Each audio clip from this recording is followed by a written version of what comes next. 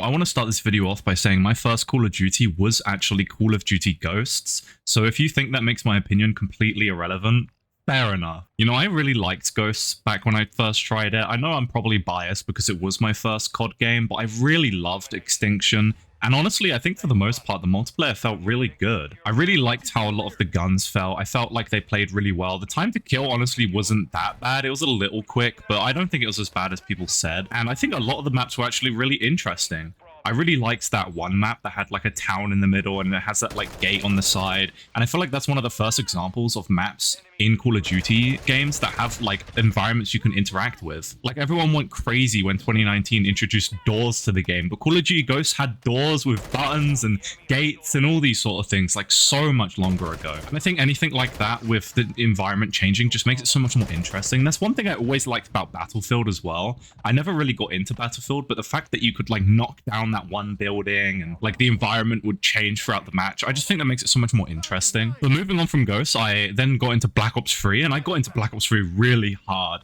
Mostly I just absolutely adored zombies, but I also really enjoyed the multiplayer. The wall running felt really clean, felt really fun, and the jetpack being pretty like low fuel in the tank where you couldn't use it for very long.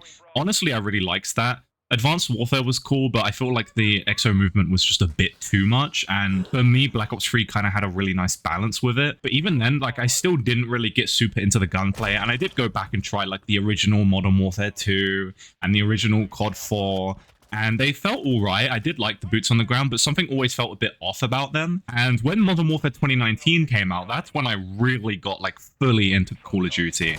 I played Warzone like every single day for way too long. I had like 1,000 hours on it, probably more. I really enjoyed Warzone, and I kind of over time got a little fed up with it because the movement in 2019 is very specific. It's very interesting with the slide cancelling and the reload cancelling and all of this like moving and darting around. That's even crazier in the newer games now. And it's something that I just eventually had enough of. I got tired of it. I got sick of it. And I found it hard to just keep up with everyone without having to literally drip with sweat onto my controller. And eventually I did switch to PC, but it didn't really make much of a difference. I just felt the movement was a bit overtuned. And then Modern Warfare 2 came out. Now, people didn't really like Modern Warfare 2. Funny enough, everyone kept saying that the game was like way too slow. Coming from 2019 being a pretty fast game, Modern Warfare 2 doesn't have slide cancelling. And I'm pretty sure it doesn't even have reload cancelling, although I could be wrong about that. And honestly, this is exactly why I love Modern Warfare 2. For me, this feels so much more like the older boots on the ground COD games. And I know 2019 was meant to be that, but it just wasn't. It wasn't. The sliding was so insane, and it's like exactly like that in the newer games as well. I just think Modern Warfare 2 really had that clean, you're just a soldier, you're running around, you're trying to get places. It does still have a bit of that arcadey Call of Duty feel, which of course you want some of it, but it still feels like a good Modern Warfare game. It feels right, it feels boots on the ground, and I love it. I really love Modern Warfare 2. It's not super fast and overtuned. One thing that does kind of suck is some of like the gun receiver stuff is a bit confusing, but I really like the classes. And I like all of the weapons. They feel balanced, and the battle rifles are actually really interesting. Some of them can actually be used as like a kind of more interesting assault rifle that shoots a bit slower, and stuff like that wasn't in the older games, right?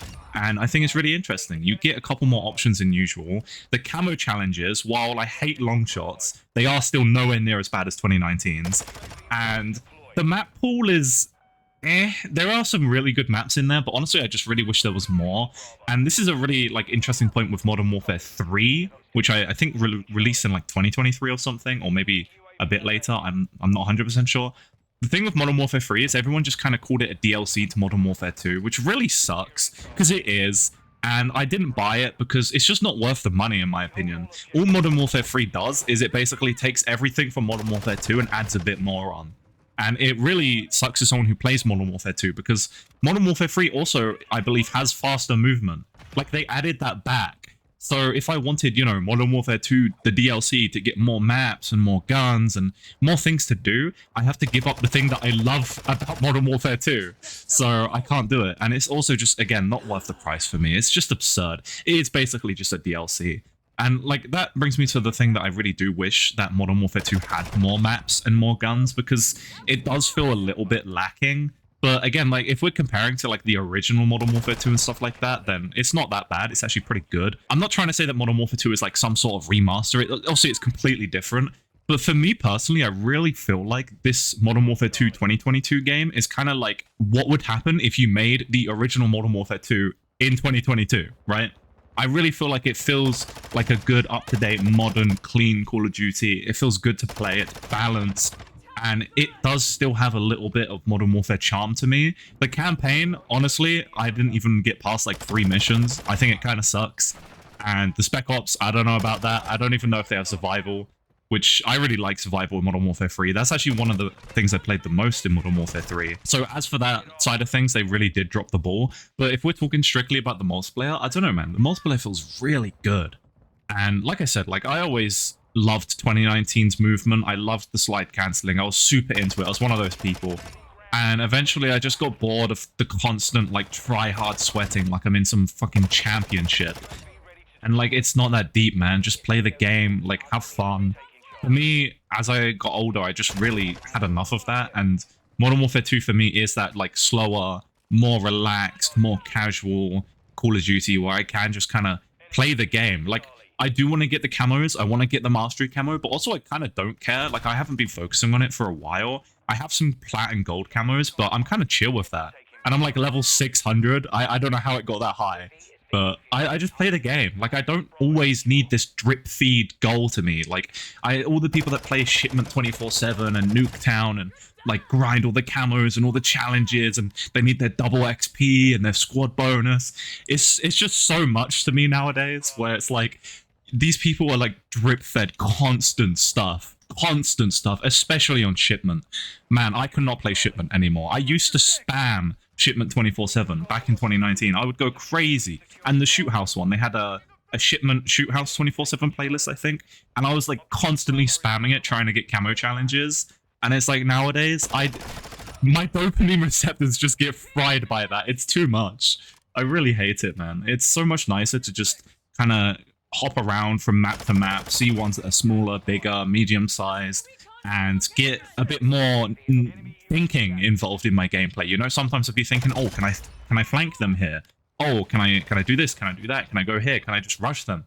And I really like that. Like, I always felt like Call of Duty really struggles from the fact that because it's so arcadey, there isn't much strategy and like there's only so much you can do, right? Because at the end of the day, Call of Duty does kind of just boil down to whoever shoots first, whoever has the meta gun, whoever has slightly better aim, whoever gets the headshot, whoever drop shots the fastest.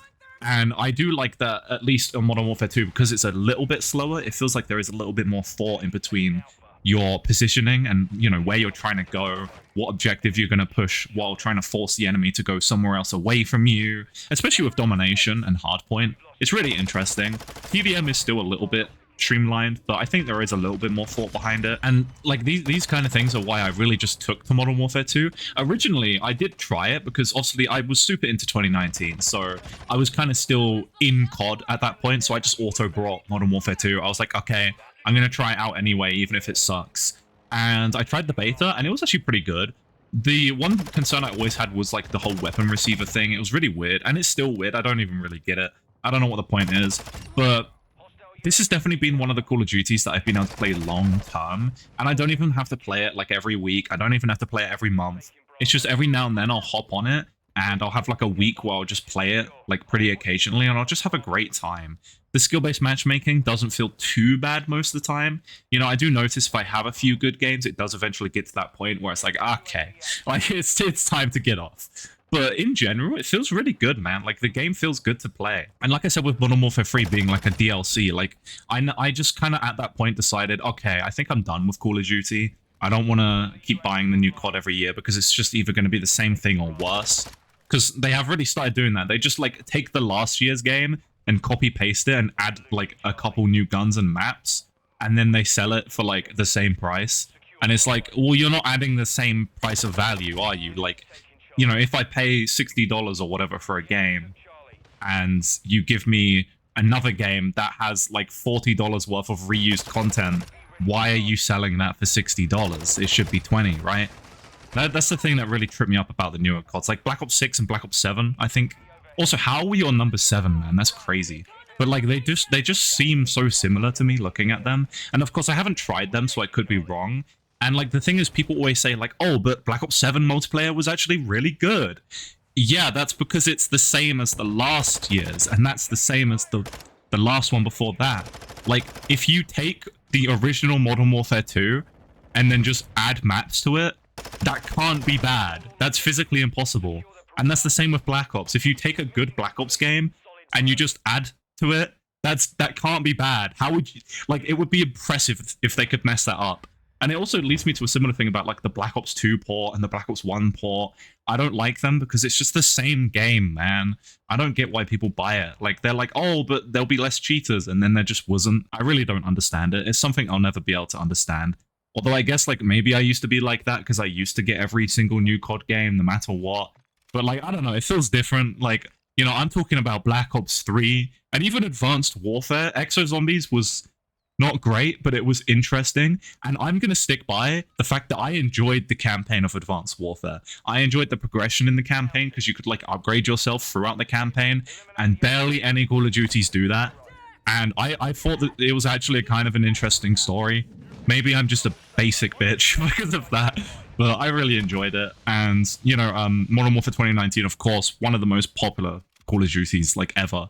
Like, oh my god, that Modern Warfare 2019 was like really a turning point, I feel like, where Call of Duty went from being very, very arcadey and kind of like figuring out its style between Black Ops and Modern Warfare to like everything is like unified on this one engine, and it feels very sleek, modern, clean. The graphics are good. But I feel like nowadays they've gone too far with it. Like, I saw some pictures of like a Black Ops 2 map in Black Ops 7 or something, or Black Ops 6, and they were comparing the art style before and after.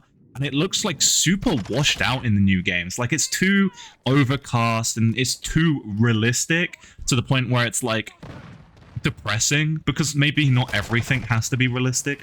I like having a bit of unique art style into things. I like having some interesting environments that make it pop, you know? I like having some saturation, but not too much. I don't want it looking like a 2019 Warzone thumbnail, man. That's a bit too much. That's a bit too much. And also, like, another reason why I, like, stopped playing Warzone originally was because, like, the whole LTM thing where they'll add something for, like, a week and then remove it forever, and then they'll just keep, like, teasing you over and over again where they're like, hey, remember that thing? You know, remember Rebirth Island? You know how you used to play that every single day and you loved it so much?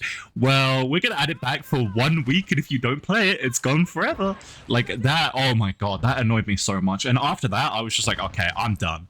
Like, I tried Modern Warfare 2's Warzone because I was like, oh, okay. You know, I stopped playing 2019 because of these things, but maybe Modern Warfare 2's Warzone will have some interesting maps. And they did. I actually really enjoyed it. And they added, like, Resurgence and everything to it. And then they removed all the maps that I was playing. And at that point, I was just like, okay. Like, they're just going to keep doing this forever and ever.